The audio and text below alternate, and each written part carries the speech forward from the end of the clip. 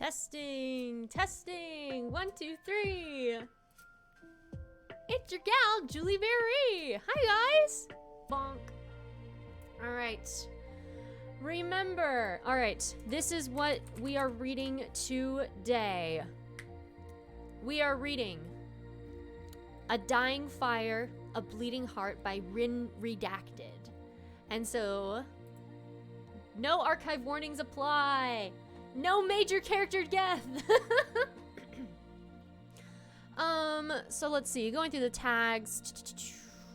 Assassins and Hitmen, Brotherly Love, Brotherly Bonding, Technoblade Centric, Tommy in it Centric, Wilbur Soot is not okay, Tommy in an angst, Tommy in it needs a hug, Technoblade is bad at feelings, Good Parent, fills a Watson. Some of my favorite tags. Found Family, and then it's part of a bingo event, so that's why there's been so many recent SBI fanfics. Alright, here's the summary. Techno stops, narrowing one eye and glancing to Phil. He's almost 18. No, Phil replies firmly, a deep-set worry in his face. Techno, no, they are children. Techno exhales. Well, we aren't here for the runt, he mutters, and Phil makes a wounded noise. Just the king. Or, newly crowned after the death of his parents, Child King Wilbur Soot thinks he's hiring a royal advisor and a captain of the guard. In reality, his council has contracted Phil and Technoblade as assassins on the grounds that the entire kingdom is unhappy with Wilbur's rule. Throughout it all, Tommy wastes away in his room, some sort of mystery illness chipping away at his health. Wilbur and Tommy are none the wiser, and Techno and Phil have to make a decision.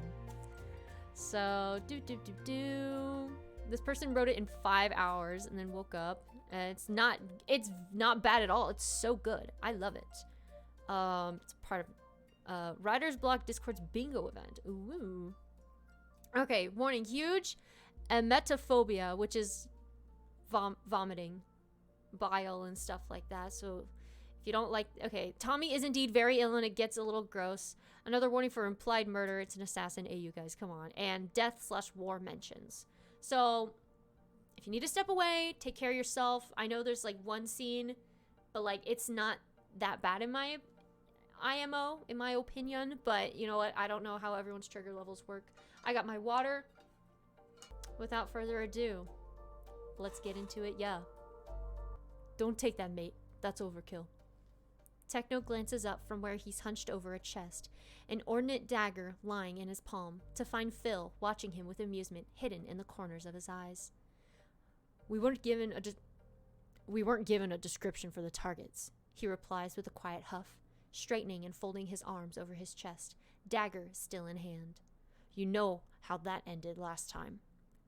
Phil narrows his eyes, a playful smile curling across his lips. What are you implying? Last time went fine. Don't lie, Techno scoffs, thinking back with contempt to Phil's close brush with death. If we're coming over prepared to something, now's the time. Phil laughs, and Techno feels tension ebb from his shoulders.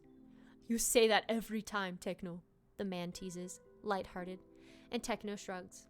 I'm not wrong. You're wrong. Leave it here.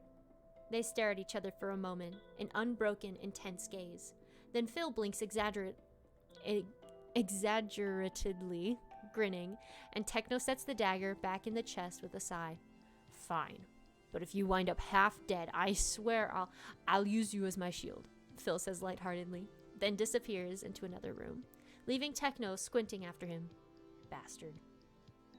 He gathers his bags, slinging one over his shoulder. They contain most of what he'll need to spend a number of weeks in the great Rysmel Empire's castle to fulfill a new assignment.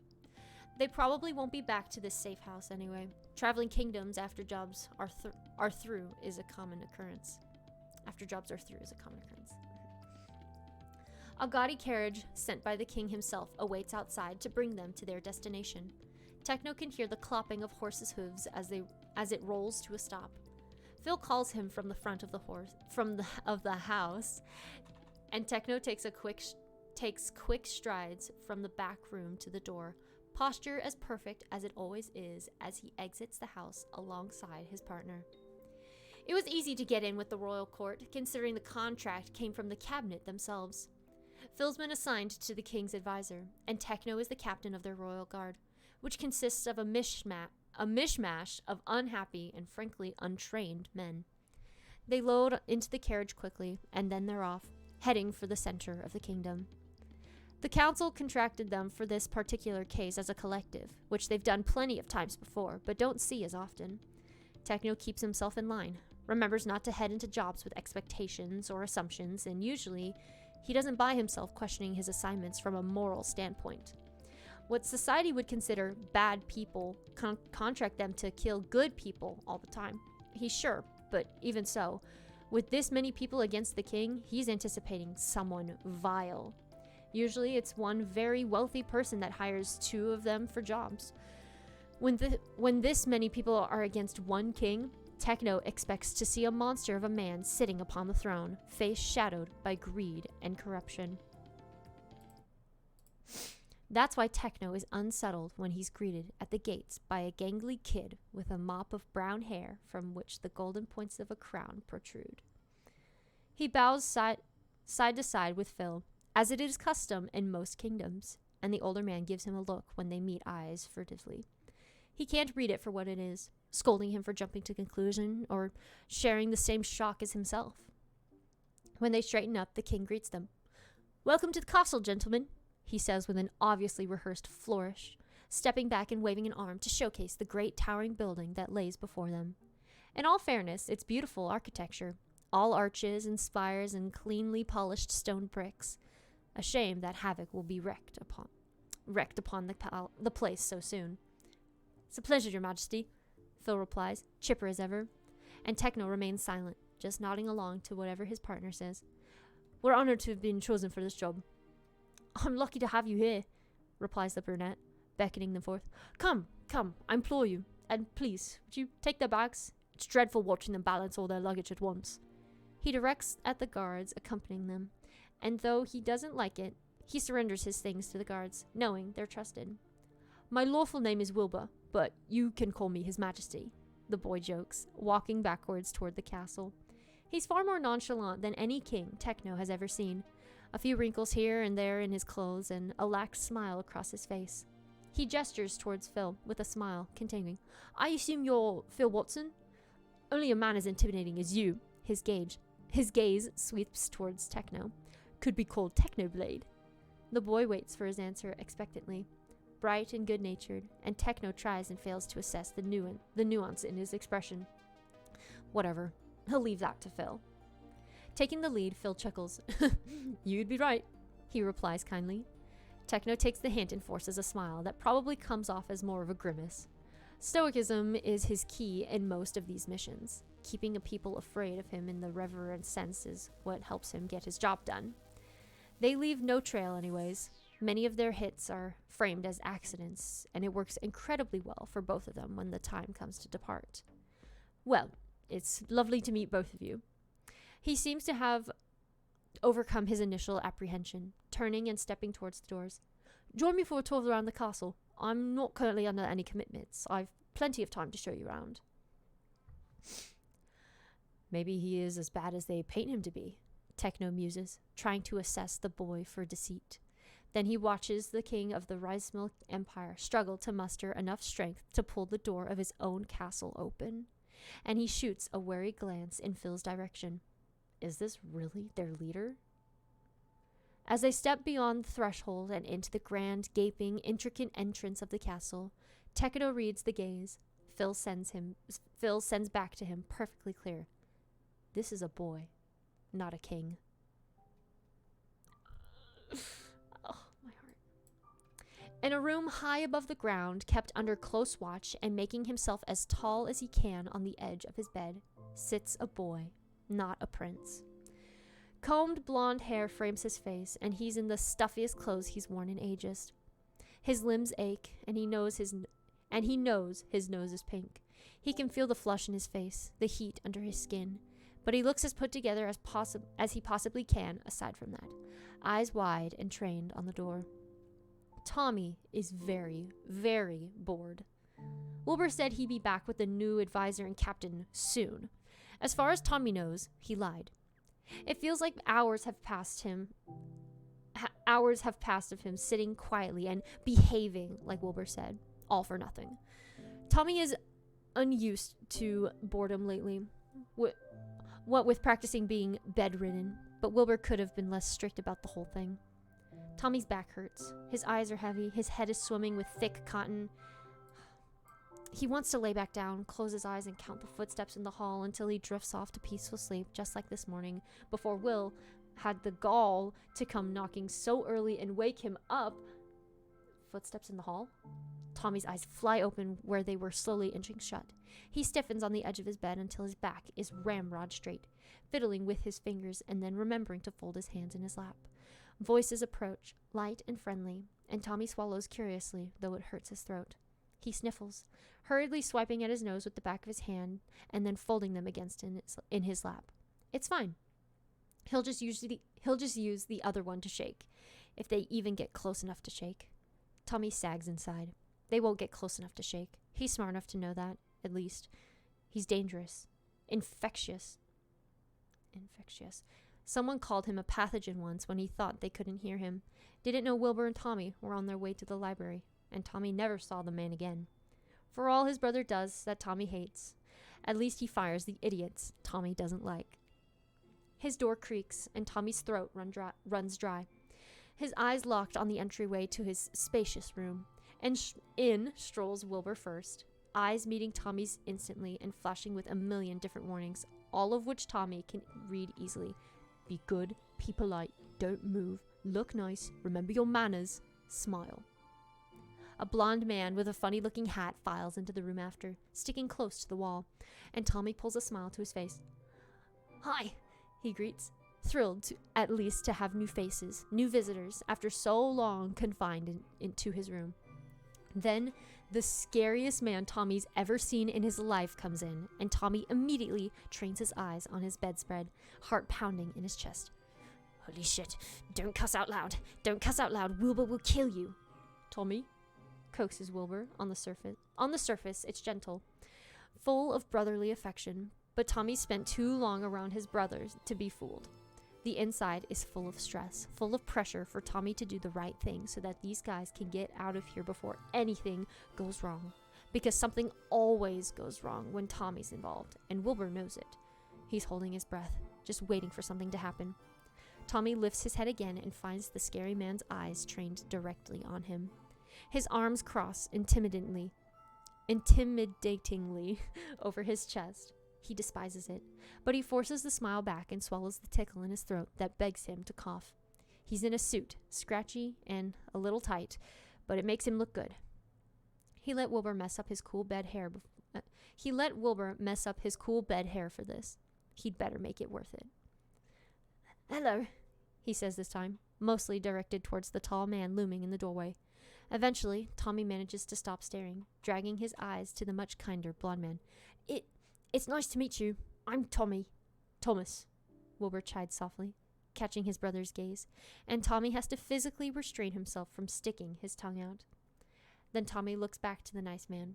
He swears he almost sees a hint of dread written along the lines in his face. Just as fast as he notices it, though, it's gone, leaving him with nothing but a smile. I'm Phil Watson, the man introduces himself, and gestures to the scareman. This is Technoblade. We are thankful to be serving your court. Tommy wants to yawn, wants to roll his eyes, wants to kick his feet and say, there's no reason to be so fancy. Instead, he swallows the itch even though his eyes water, tightening his folded hands and replying, I'm thankful to have you working for us. His eyes flit to Wilbur's for approval. His brother's shoulders settle, just the tiniest half of an inch, and Tommy knows he's done what he's supposed to. He turns his gaze back to the two men, tilting his head. Sorry, I'm a little sick right now, so you must keep your distance like everyone else does. Wilbur hopes I'll be better soon, though, and I do too, so I can get back to my studies, he goes on, just as they rehearsed, though in reality he'd be ditching his studies to play in the sunshine again the first chance he gets. He misses the sunshine.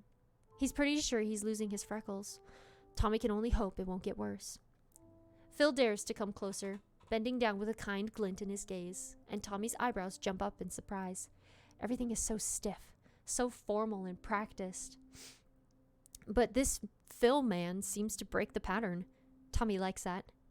May I ask you how old you are? says the man quietly, and Tommy's gaze flits to Wilbur. Is he supposed to tell the truth? A surprising amount of lying goes on in the castle, and Tommy is unlucky enough to be privy to much of it. Privy?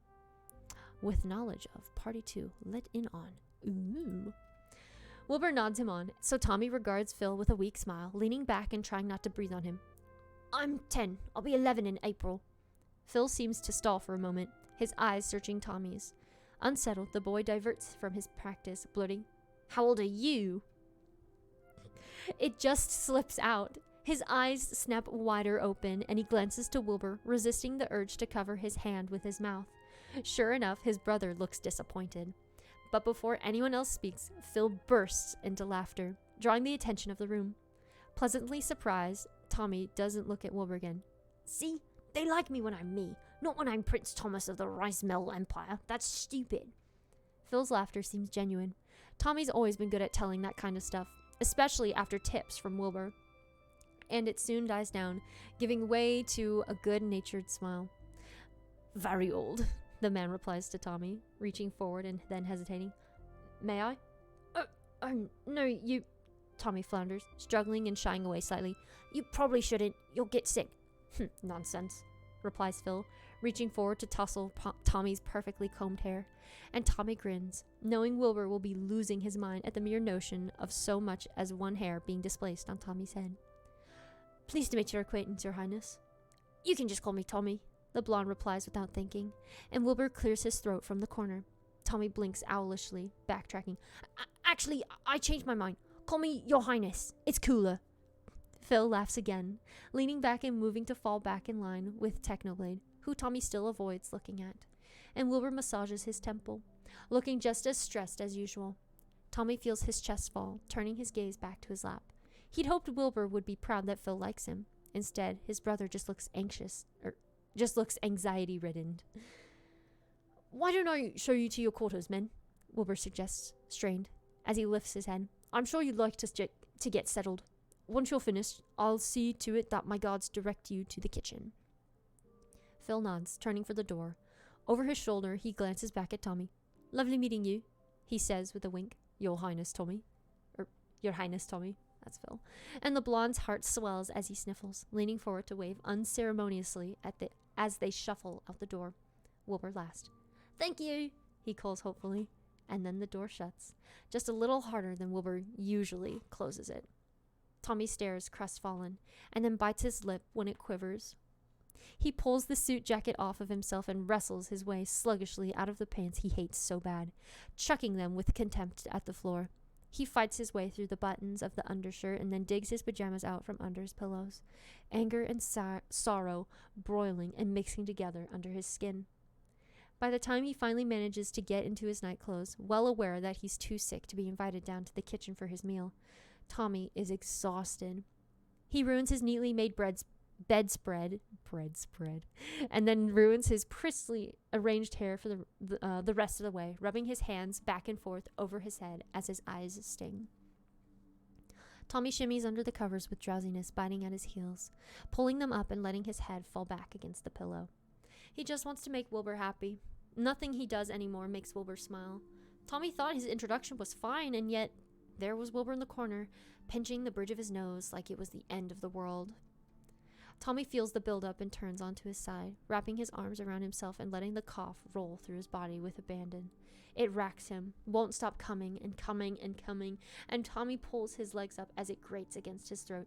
He gasps for air when he finally gets a chance, sniffing and shivering under his covers and wiping at his eyes, first followed by his runny nose. He is sick. Tommy is sick, and he is a disappointment, and he fears he will never get better in either regard.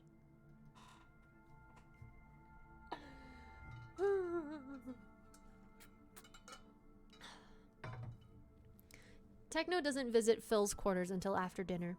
Wilbur's tour, which stretched on for a couple of hours and encompassed most of the places they'd be visiting daily within the castle, is long over now, and they've been excused to their quarters with the assurance that real work begins tomorrow. Along the way, they learn first that the prince, who evidently doesn't get out much, judging by his deathly pallor, is no more than 10 years old, and that the king himself isn't even a lawful adult yet. Techno paces in the spacious living area that Phil is set up in, just across the hall. Yellow seems to be a theme throughout this castle. Gold trimmings decorating anything with edges, and yellow dominant art and murals stretching across walls and ceilings. Techno stops, narrowing one eye and glancing to Phil. He's almost 18. No, Phil replies firmly. A deep-set worry in his face. Techno, no, they are children. Techno exhales. Well, we aren't here for the runt, he mutters, and Phil makes a wounded noise. Just the king. He's not a runt, mate. He's ill. Very clearly ill. And seriously, if his face was anything to judge by, Phil shoots him a sharp look, and Techno tries to ignore the fact that he was just thinking that. Just thinking that the smaller boy was too white and bony, and the older boy was too thin and anxious. We've got to find another way, mate. We can't just do nothing, Phil. Techno replies gruffly, and his partner's face changes as Techno shuts down, irritation flecked amongst his eyes. At the very worst, we can wait for his birthday. Even Techno bristles internally at his own idea.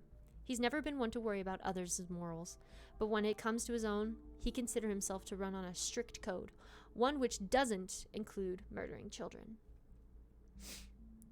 Phil's eyes spark. That's nearly a full year, Techno. Have you lost your mind? Besides, the fact that that's incredibly shameful. It's impossible. You know we can't be here for... He trails off, thinking with a furrowed brow, and Techno pulls a piece of his hair to the side, nimble fingers beginning to braid it from the top down.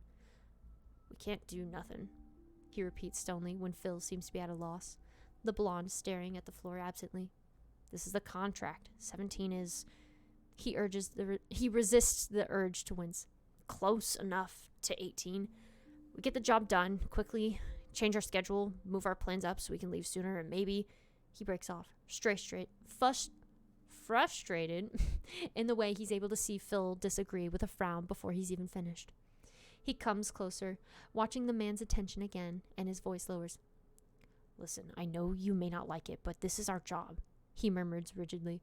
If we don't complete it, we'll be exposed by that damn kid's cabinet. This isn't one we can just run away from, Phil. Not when that whole group of men were the ones who hired us. You have to understand. He searches Phil's eyes with his own. But while he closes himself off in body language, Phil does it in expression, making it so Techno can't read his face.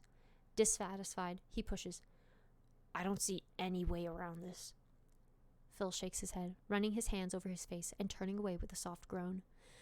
Techno may be bad with emotions, but he can tell Phil is thinking the same thing as him. They've been backed into a corner. Damn it. Now I see why they didn't give us any more information beforehand, the blonde laments. And Techno sucks in a breath. The cabinet knew this would happen. Now the two of them are bound to a contract that can only be broken by death. By death. Techno narrows one eye, ideas immediately jumping to mind. He doesn't like it, not really, but he imagines the boy king struggling under his blade, and a spatter of guilt infects his lungs. Phil? His partner, though weary and frustrated, turns to him with full faith. Techno will always be taken aback by the trust he has. Techno? The pink-haired man folds his arms over his chest, stepping back and glancing to the floor as his mind whirs. If they do it right, perhaps there will be a desirable outcome for everyone, aside from those who deserve it. He shakes his head once, shocked that he's worrying now about deserving, but Phil will do that to people. Lifting his eyes, Techno tilts his head forward. How much experience do you have with food poisoning? Wilbur tenses his hands, a hard look in his eyes. The first and second quadrants of the kingdom should be fortified, he disagrees hesitantly, and the men sitting at the table before him shift restlessly. He lifts his gaze and shuts them up. Thank God. Wilbur's tired of playing pretend, acting like he can't hear their disapproval. It's why he needed a royal advisor, someone more qualified than the guy Wilbur threw out as soon as his parents died, whose advice they hardly took anyway. So Phil Watson sits to his right, an encouraging look across his gentle face, and Wilbur knows he's picked the right guy. It's been 3 weeks or so since the two have arrived here, and they're already more helpful than most. Wilbur's new chosen captain of the guard is efficient. His very first day on the job, he laid out cleanly polished training modules for Wilbur to approve. And they were more organized than any document Wilbur's ever made in his life. So he approved them, of course. His army is fine, but it's nothing like it should be, especially coming out of the war that took his parents. Sad. Always, Wilbur remembers that it tried to take him too. Always, he remembers that his priority needs to be Tommy and the kingdom. He needs to make a good king for Tommy. He needs Tommy to be safe. It's stressing Wilbur out of his mind that Tommy is not safe, and this time, it's through no fault of his own. There's nothing Wilbur can do. He tried to visit once every other night, tries to console the shuddering child when the worst points hit, and miraculously, he never seems to get sick himself. It works out well for Tommy, who sobs and clings to him in the middle of the night, begging him to help to make it stop, when all Wilbur can do is watch miserably as his brother deteriorates. When he isn't juggling the business of the entire kingdom, he is seeking new medical professionals, begging them to tell him what is wrong with his baby brother. They've tried bloodletting, tried dieting, tried herbs and medicines and potions, but everything is only temporary. It always comes back, haunting Wilbur and threatening the death of his third and final family member. Your Majesty, someone asks, snapping their fingers, and Wilbur blinks, his brain dragged back into the gathering he's been putting off as long as possible. Right, he's supposed to be giving orders. As for Phil, the blonde leans closer to him, setting a friendly hand on his shoulder that has grown commonplace over the days Wilbur has already spent listening to him. Much to his relief, the man seems incredibly wise, and morally appreciable too. And it has taken some of the load off his shoulders to have someone to depend on for advice. The first and third quadrants, perhaps? Phil suggests in a helpful murmur right beside him, and Wilbur's brow wrinkles. He glances down at the leather-bound book sitting before him and blanches. Looking up, he fixes his mistake quickly. Apologies, Secretary. The first and third quadrants will be fortified, he assures, voice stronger, and some of his counsel relaxes slightly. Through the meetings, he's found some of them glancing at Phil more often than should be necessary. The older man seems unbothered, though, most of his attention focused on Wilbur. Dadza. Speaking of, the entire table stares at him, waiting for what he will address next. Wilbur, head rolling with a barrage of thoughts, shakes his head once, a sigh pouring off his lips. He can't finish this. Temporarily adjourned, he declares, and grumbles erupts from his council. My deepest apologies, men. I'll need some time to sort things out. You're all dismissed. Return tomorrow at the same time. Not a single one of them spares him a glance of mercy as they stand and file out the door. Wilbur slumps in his seat when the final cabinet member shuts the door behind him, massaging his temple and groaning quietly. He remembers with a start that Phil is still sitting beside him and sits up straighter. In the presence of company, he must remain composed. Slipping up with Phil is foolish. He needs this man to believe that he can lead a kingdom, the kingdom his parents left behind. He needs this man to understand that the crushing weight on his shoulders cannot be upheaved all at once just by his presence, though Wilbur wants it to be. Sorry, he mutters, but if Phil replies, he misses it, lost in his head. His parents are dead. He is still 17, and he was never ready to be a king. The war was short and brutal, and his kingdom is neck-deep in restorations, and Wilbur doesn't know how to facilitate them. His father would have wanted more from him as a king, but his father was supposed to teach him how to do this, and now he's gone. He's gone, and his other son is slowly dying in his room, and the country is falling apart because Wilbur doesn't know how to do it right, as much as he wants to be the leader he always knew he was destined to be.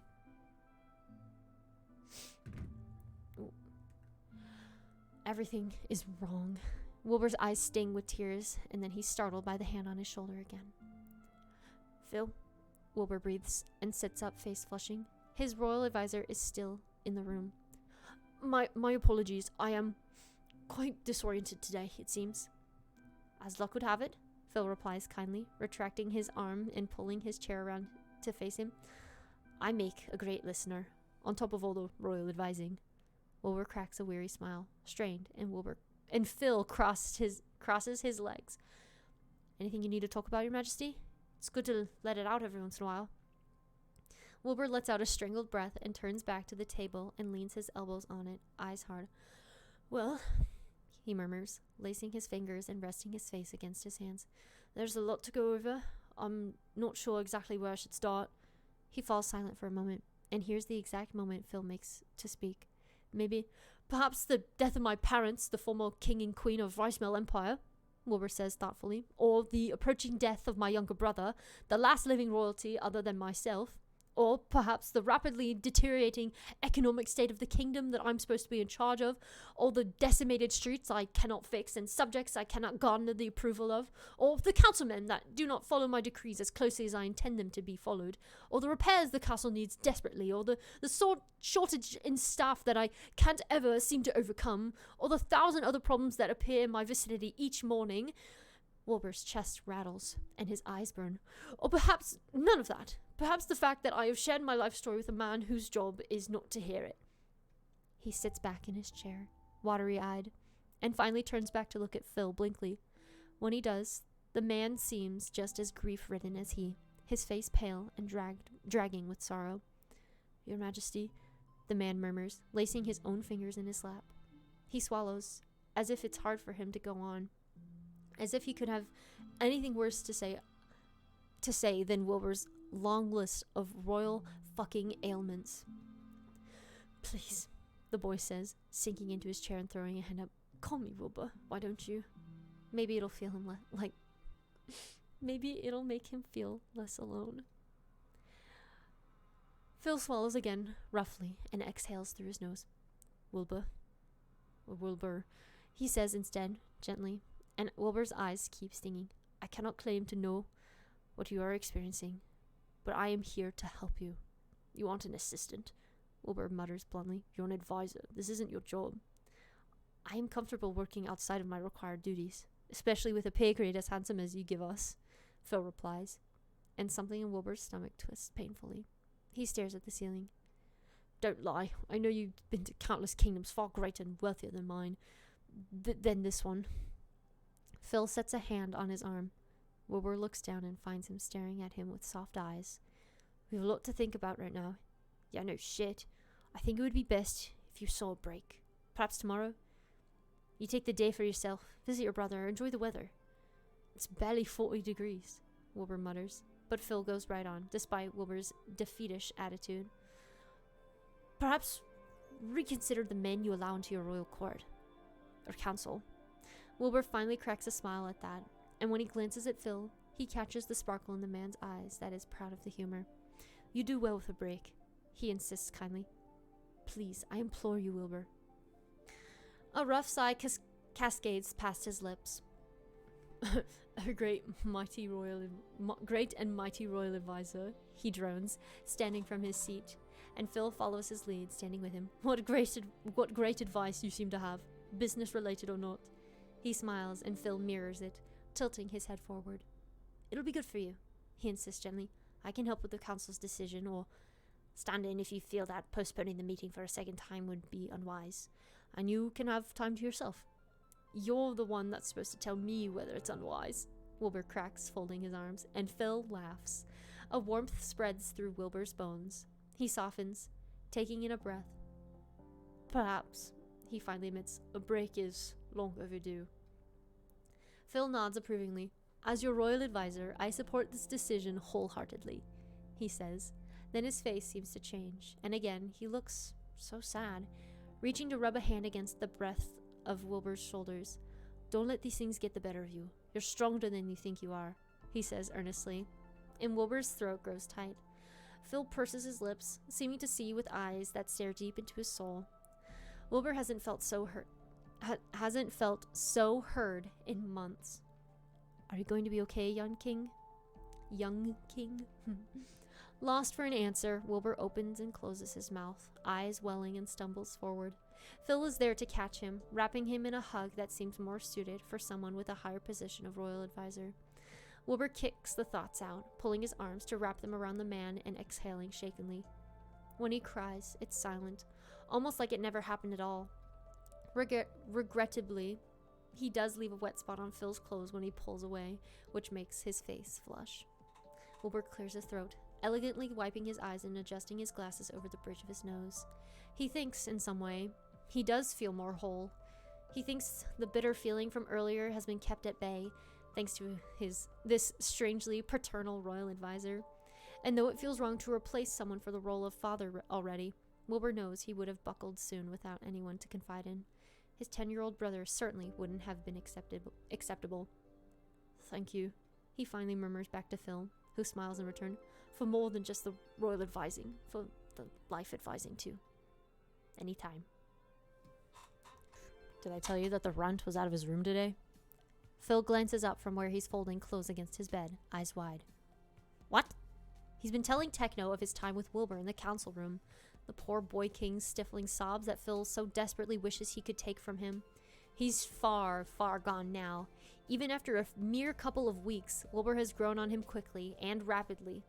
Like mold, Techno says, to which Phil chastises in amusement. And if ever there were a point where he could turn back, change his mind, go through with the hit, it's long gone now. He can tell Techno hasn't been feeling the same way, but the look on his face when Phil meets his eyes is telling. Phil has always been able to read him, especially now, after so many years. Techno thinks he's being so secretive, so passive, but Phil can find his mannerisms even if they aren't displayed clearly on his face, and usually they are. The prince was out of his room? He has to hold himself from saying fantastic news. Techno dislikes how quickly these boys have grown on Phil. He should take gentler steps if he ever wants Techno to warm up to the ideas floating around in his head. So he settles. That's good, isn't it? He's doing better? He thinks back to Wilbur worrying about it earlier. Approaching death. Phil has spent far less time with Tommy, who seems generally very sickly. He started to fear Wilbur was right. He only had a few encounters with the blonde, but every time, Tommy has been all big smiles and goofy words, no matter how much coughing and shivering plagued him. He's a good kid, just like Wilbur. He just doesn't get to show it while he's bedridden. Techno shrugs once, loosely, which Phil immediately realizes as his "it's not a big deal, it's a big deal" shrug. The other leans back where he's seated, in the chair meant for the desk at the back of the room.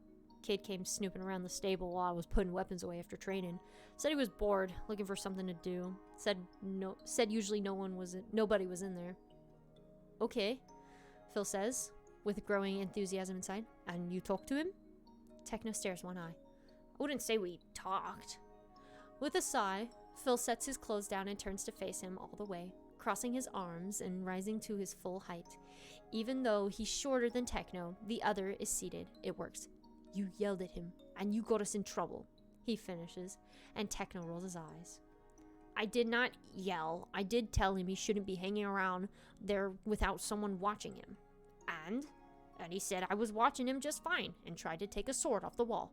Kid got so dizzy reaching up there that he fell over. Phil exhales, a worried look taking his face by storm. Techno's own expression shifts uncomfortably, and he looks like he wants to protest against Phil's empathy, looks like he wants to interrupt. Phil isn't sure what his next step should be, and it's worrying. Did you help him back to his room? He asks quietly, and Techno swallows, glancing away and stalling. Techno? The man shrugs again. Like it's no big deal, like it's nothing. I sat him down and I taught him parts of a sword. Oh. Shocked, Phil feels his brow raised into his hairline, and there's nothing he can do to stop it. You what? He asks, and then a smile pulls across his face. You did talk to him. Techno's eyes flash. I'm a captain, not a babysitter, he snaps. But Phil waltzes over to him, poking his shoulder with a teasing grin. A soft captain? You babysat that child, Technoblade, and you liked it. I did not like it. I'll have you know, especially when he coughed all over me. Techno crosses his arms, but his face displays exactly what he's thinking. They have to act, and Phil knows it. If they don't act now, Tommy will die, and Wilbur will spiral, and it shouldn't have ever become their problem. But now that they've grown on him so much, now it is. He approaches the topic as carefully as possible. They're good kids, he says softly. Techno doesn't meet his eyes. They're good kids, Techno, and I don't think they deserve what's happening to them, Techno. You know I don't. The man takes a breath. I see right through you, you know, he mutters slyly, trying to make me feel all bad for the brats. Phil smiles apologetically, and Techno finally does look at him. I like these boys, Techno, he murmurs, and the other man huffs. It's different than what we've been doing in the past. You're supposed to like me more so we can get the hell out of here, he grumbles, but his face gives way, and he sets his jaw, lowering his voice. So what then? Are we really gonna pick off the kids' cabinet members? Has it been long enough that it won't look... The end of his question remains unsaid. Suspicious. Phil exhales, stepping forward and lowering his voice to match Techno's. I've convinced him to take the day off tomorrow, he says quietly, not out of malicious intent. It just so happens to line up with our plans. A look that Phil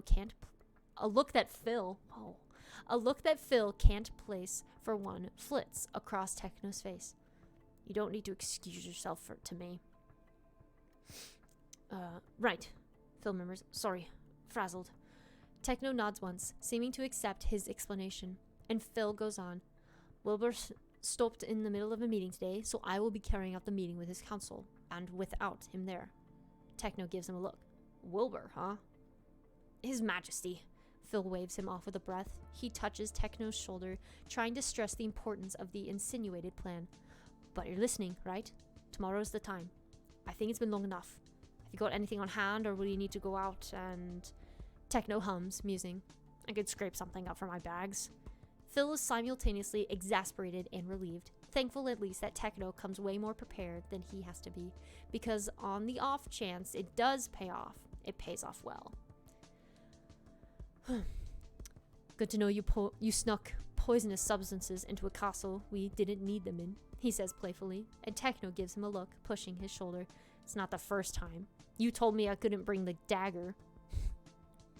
A month after the new guys get here, Tommy spends the morning throwing up everything inside his body, and then some. He's in the midst of it when he's brought breakfast. Retching. He waves his guards off.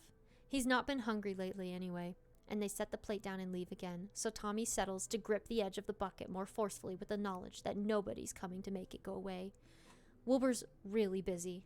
Tommy sees him less and less lately, which is probably why he brought the new guys. But it still hurts.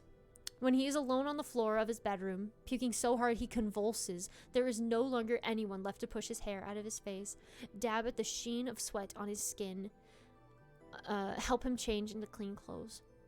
So Tommy's hair gets stringy and mats to his forehead, hanging in his eyes, and his nightshirts remain sweat-soaked, and he does not change every morning like he should. He misses his mother, his father. He misses those that would have made time to pick him off the floor. He misses the way his mother would have dried his tears and his father would have searched far and wide across the kingdom for a cure to whatever had been ailing him for months. Tears have just begun to litter his face, a sob wrenching from him, when there's a stiff knock at the door. A gasp frees from the prison of sick, and Tommy coughs so hard that it sends shivers through his whole body. Unpleasant hot and cold goosebumps raising over his arms. Anticipating Wilbur, he clears his throat and calls, "Come in," though it still sounds raspy and disjointed. At least it was better a month ago when he needed to make an impression good enough to sit up straight. Since then, though, things have felt worse and worse, and Tommy's begun to get scared. He hunches and prays that the nausea will pass soon, turning his face up with hope written across his expression, eager to see his brother this morning. Instead, Technoblade ducks into the room, eyes shadowed and brow furrowing slightly when he steps further inside and catches sight of Tommy on the floor. Wide-eyed and humiliated, Tommy scrambles to his hands and knees, shoving the sick bucket behind him. The two of them had interacted a few times before, mostly times where Tommy's in places he shouldn't be. Since he's so sick, though the stable was the most adventurous by far. Sneaking out that far nearly had him face down in the grass on the way there, but it was a good day, and Wilbur didn't know. And he did make it, only to be met with Technoblade scolding him. The sword lesson was cool, though, he's gotta admit, so that redeems him slightly. When he took to liking Phil instantly, Tommy thinks maybe Technoblade isn't as bad as he first assumed. Oh, hello? Do you need something? Are you lost? Sorry, His face heats as he glances down at himself. He's a wreck. He's disgusting. Wilbur would be upset. Sorry. Technoblade squints. No, he replies, startling Tommy like he always does with his voice. It's low, rumbling. On second thought, Tommy's not surprised to hear it from the man, with how intimidating he looks standing over him like that in the doorway. I heard you gagging and moaning from the hallway, Your Highness, he drawls. Tommy's pretty sure the formal address is sarcastic. He kinda likes it that way. Thought I'd make sure you weren't dying. Tommy swallows bile, stomach rolling uncomfortably. Feeling faint, he blinks, forcing his eyes back open. No, he responds, swaying slightly where he sits. No, I'm fine. It couldn't be farther from the truth, but it feels wrong to have the man in the room. Technoblade looks around his room, brow knitting further. There isn't anyone in here with you? Tommy blinks. No. He gets to his knees and then regrets it, blanching. He grips the edge of his bed and pitches forward, barely catching himself from crashing against the ground. He sucks in a breath, carefully resets himself to sit, and then swipes at his cheek, remembering all too visible tears. I'm okay by myself.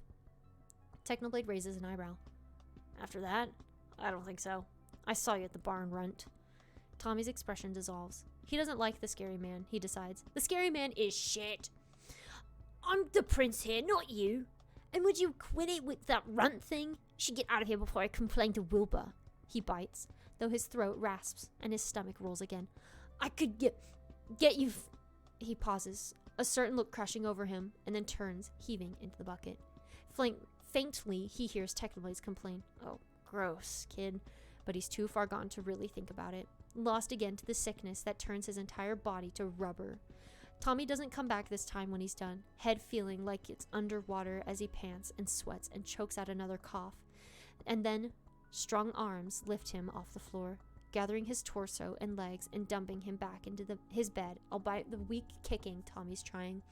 For all he hates being carried, it's like ice down his shirt, dragging him back to reality. The blonde looks up sharply, though his actions blend and look slower and less aggressive. But Technoblade just stands there expectantly. More comfortable than the floor, isn't it? Tommy crosses his arms over his chest, hugging himself. Reluctantly, he nods, and Techno exhales through his nose, amusement playing at his lips. Should empty this nasty stuff. His eyes trail to it, and Tommy can see the shift to displeasure clear as day on his face. Then, though, Technoblade smooths his expression out, and it's like it never happened, like it's gone. Nothing is there anymore. His eyes are unreadable. Curiously, he watches. Technoblade did it in the barn, too. He's only ever seen Wilbur do that before. Your brother not around?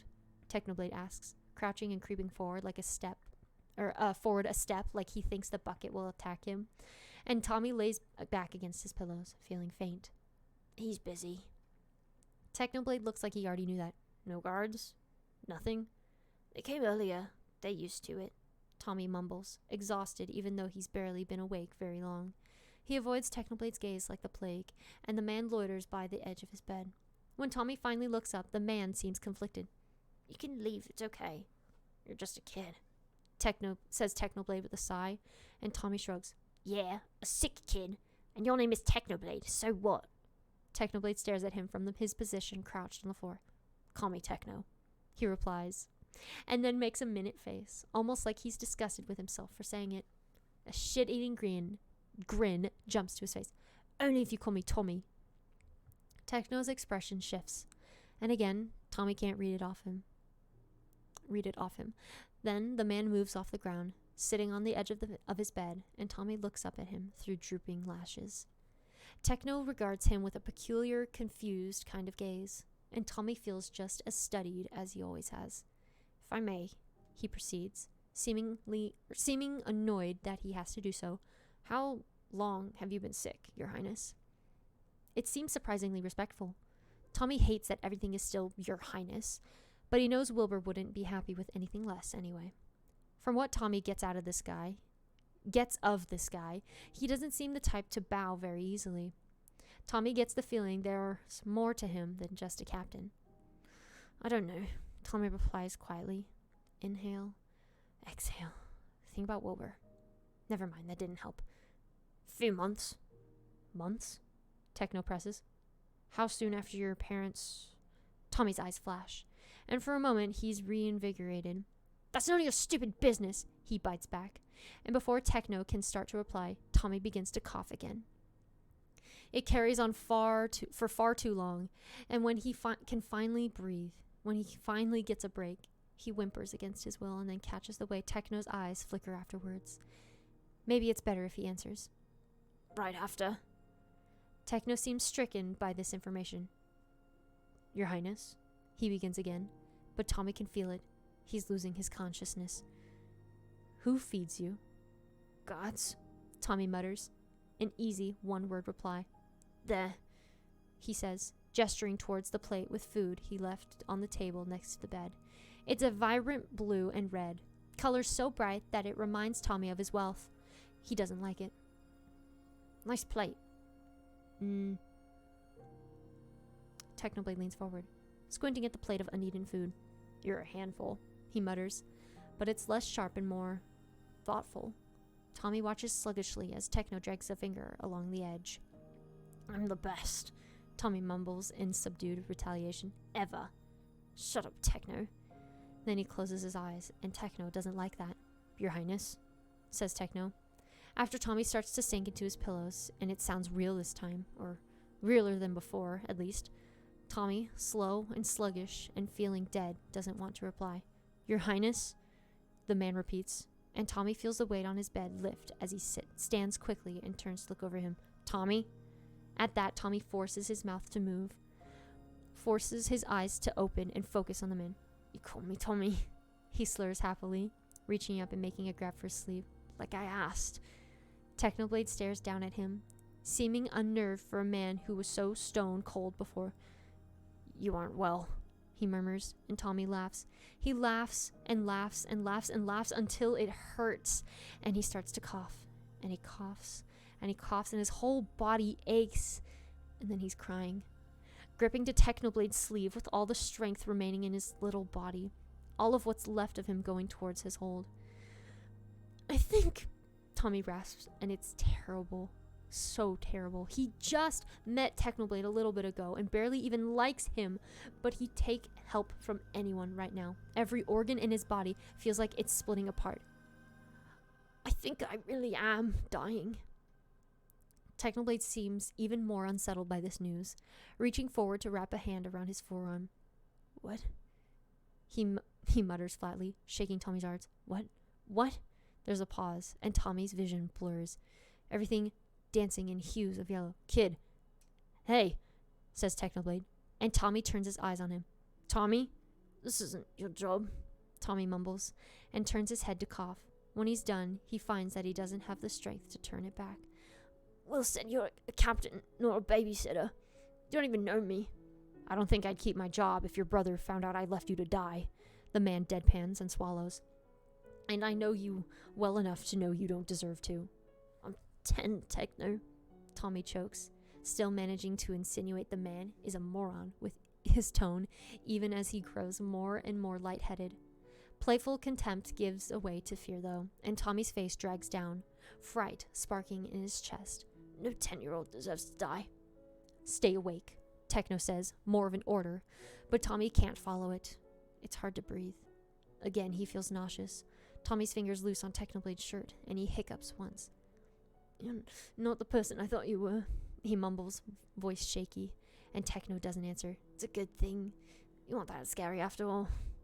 Kid, Techno says desperately, but Tommy stares up at the ceiling, distant and afraid as his mind curves in on itself.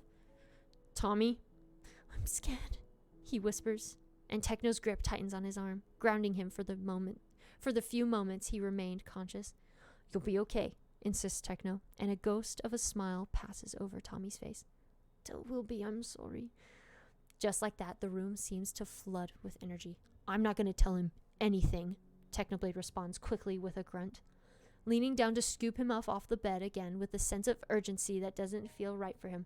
You're going to tell him yourself. Come on. Tommy giggles at that, nestling his head in the crook of the not-so-scary man's elbow just in time for his vision to fade out. He's cradled, feeling the way Techno is gentle with his limbs, and Tommy settles into his arms, tears streaking across his face. Good night. There are multiple things wrong with the situation at hand. Techno is quick to move down the hall, eyes wide as he cradles the husk of a child in his arms. The boy still smells like vomit, and Techno pulls him tighter against his chest, ignoring the voice in his head that tells him Phil was right. This boy is dying in his arms, and Techno needs to figure out what the fuck to do about it. There are potions in his bag, maybe, but fuck. He needs to get to the king first. Needs to ignore the looks he's getting from guards as he races down the hall with the child and focus on getting there faster. Techno brushes the boy's hair out of his face, an unwelcome grimace stretching across his lips, and Tommy stirs, looking pained. Techno doesn't like what it does to his chest. He continues on, weaving around corners and through hallways, and just a handful of minutes later, Techno arrives at the room the king uses for his meetings. Panting, he tries to knock, juggling with the kid in his arms, but he receives no answer. Narrowing his eyes, he listens in, hearing shouting from inside the room, dismissing the possibility of consequence. Techno decides to barge in without knocking instead. It's like the entire room is on fire. Wilbur is pressed to the wall, eyes wide, and Phil is standing in front of him with a grim look on his face. At the table, one of the councilmen is choking, clawing at his own neck and gurgling. While death isn't something that bothers him, he suddenly feels conscious that the kid in his arms may die in a disgraced room such as this. But thinking back to the plate in Tommy's bedroom, the way the puzzle pieces clicked together, Techno feels no remorse. The poison he and Phil laced in the cabinet's food with ranged in time depending on the person. Only one of the men died the first day. A good few died in a couple days after that. Now this one's going out, and it looks like there won't be many left. The people, including the king, are assuming it's a freak accident, a rapidly spreading fatal disease, which is perfect. The king looks frazzled and unkempt, shadows haunting his face as he watches the death play out in front of him. And Techno does feel a sliver of guilt, forcing this kid to watch as his board of officials is picked off one by one through his own doing. The boy is frozen on the spot, and Techno glances down to Tommy, whose face darkens in the loud room. Techno lifts his head. Phil! That does it. He catches Phil's attention instantly, who pales 3 shades and grabs the king's arm. The world seems to slow as Wilbur takes notice of who is standing in the doorway, and the choking councilman, with the others crowded around him, trying desperately to help, is forgotten. A shriek pierces the air, the kind of sound that only someone who is still a child can make. Techno blinks, and Wilbur is barreling into him in an instant, his hands hovering and his face already littered with tears, wails pouring from him. Oh, Tommy, fuck! Wilbur sobs, voice breaking as his head lowers to his brother's chest. No, please not like this! Techno meets his eyes with Phil, who questions him intensely under his gaze. Rapidly, Techno realizes Phil is accusing him. In that moment, they have a silent conversation with their eyes, and Techno sets his jaw. I would not poison this child, but I know who would. He pulls himself back to focus. He's not dead yet. Techno forces out, and Wilbur's head whips up, his face already a blotchy, quivering wreck. What? I said he's not dead yet. Techno snaps back, turning and pulling the limp boy from Wilbur's grip. The boy king comes hollering after him, and Phil grabs his arm in an attempt to calm him, but he yanks it away and yells at the man before approaching Techno from behind him, pulling at his arms hysterically. Techno can't even make out what he's saying, for fuck's sake. I have potions, Techno calls over him, louder than he's ever been, and surprisingly, the king falls silent. Techno starts to run again, beckoning him forward with a jerk of his head, and Wilbur follows, Phil close at their heels. They reach Techno's quarters easily, the dim room a gruesome perfect setting for a death. Instead, though, Techno immediately lays the boy out over the bed and dives for his things. Wilbur kneels with his brother, stroking his hair, and Techno yanks through the supplies he brought, Phil kneeling on the floor by him to help him look. I told you I need to pack this much, Techno grunts, heart pounding uncharacteristically quickly, and Phil settles a hand against his arm, squeezing. Phil has a disgustingly soft spot for Wilbur. Techno is beginning to fear that he has a distinguishingly soft spot for the runt, in which case he'd better move quickly, because he can't have a soft spot for a dead boy. Techno finally pulls the glass bottles out and flies across the room to the opposite side of the bed from Wilbur, who has quieted down and is holding one of Tommy's hands tightly in both of his own, forehead pressed to the edge of Techno's bed. The man shifts Tommy, whose little chest is barely rising and falling, and props him up to sit so he can pour potions down his throat without choking him. Techno pulls a potion of weakness from his arms first, uncorking it. He's certain nobody has tried this yet. Potions are not common in this kingdom, Techno has noticed, and surely nobody has attempted to weaken a sick child. Wilbur lifts his head and nearly throws himself across the bed trying to stop him, eyes wide, but Techno holds him back, grabbing his arm and speaking before Wilbur can interject. He needs to throw up. Techno scolds harshly, and Wilbur sits back, stunned into obliging. Throw up?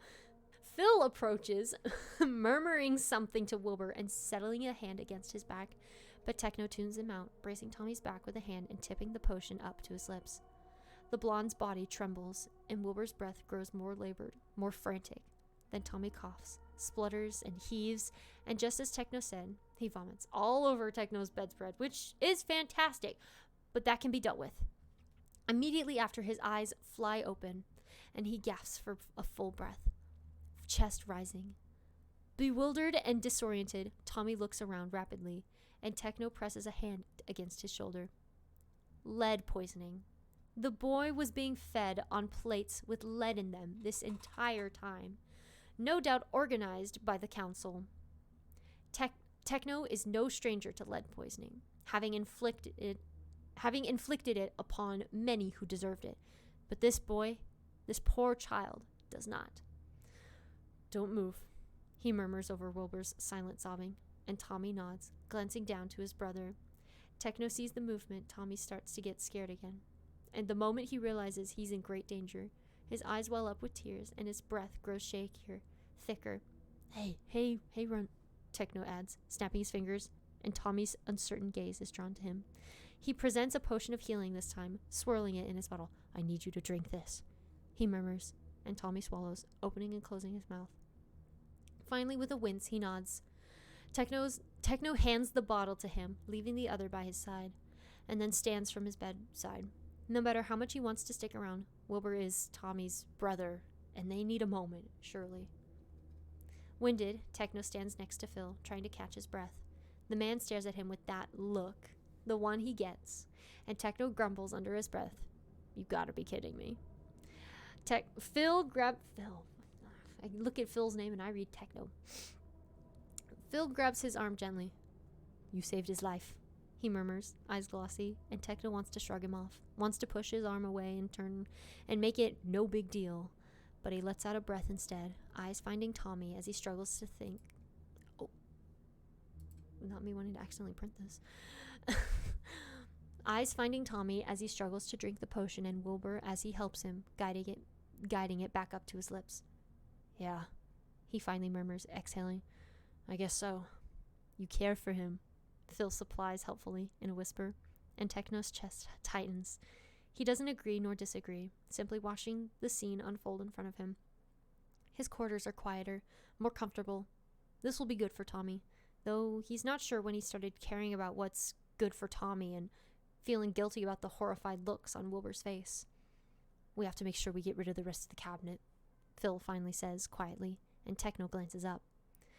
There are only a few left in there, he supplies far too quickly, and a shadow passes over Phil's face.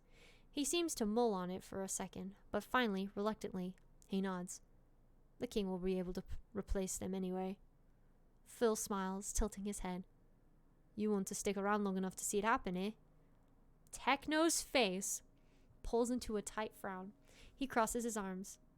I didn't say that, he protests. But Phil's already got the look, and he already knows Techno has saved Tommy's life. There's not much to it other than that.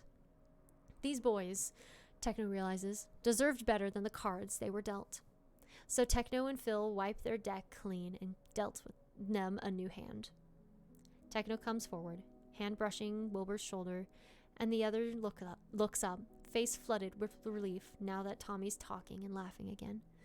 Thank you, he murmurs before Techno can say anything, and then he stands, throwing his arms around Techno. You saved his life. Wilbur breathes shakily into his chest, and Techno notices the way he trembles. Thank you, Technoblade, thank you. Techno buffers, glancing wide-eyed to Phil, who just grins.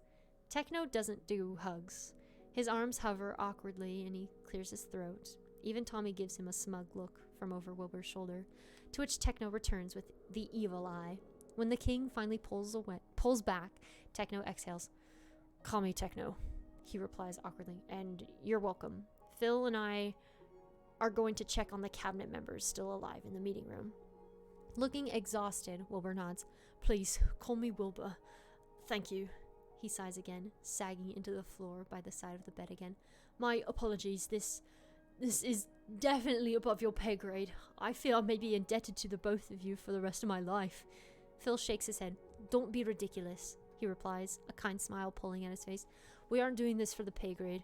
Speak for yourself, Techno snorts, moving to join Phil by the door. Dramatic ass. One glance back tells him Tommy is still looking after him, a triumphant expression pasted across his face. Don't get smart with me, runt, Techno shoots back, pointing at him. You stay alive while I'm gone. And for fuck's sake, put new blankets on my bed. That's disgusting, he mutters, gesturing to the sick, and then ducking out of the door with Phil.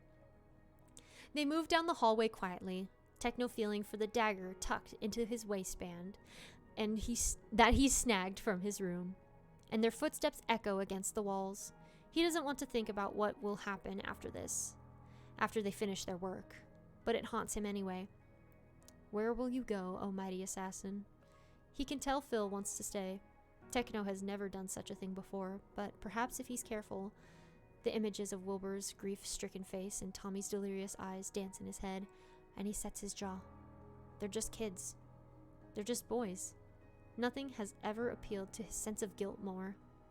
You do care for them, Phil points out, breaking the silence, and Techno groans, running a hand over his face. Shut up, old man. Let's go kill the guys that actually deserve it. Yay! Shout out to Rin Redacted. Oh my gosh. Rin has some really good Bedrock Bros stuff, so I'm a big fan. I'm a big fan of Rin. Be sure to leave kudos on the fake if you have an AO3 account. Thank you all so much for hanging out with me tonight. Thank you all for a wonderful, amazing Tommy Tuesday. Remember, you are beautiful, you are worthy, and I love you all very, very much.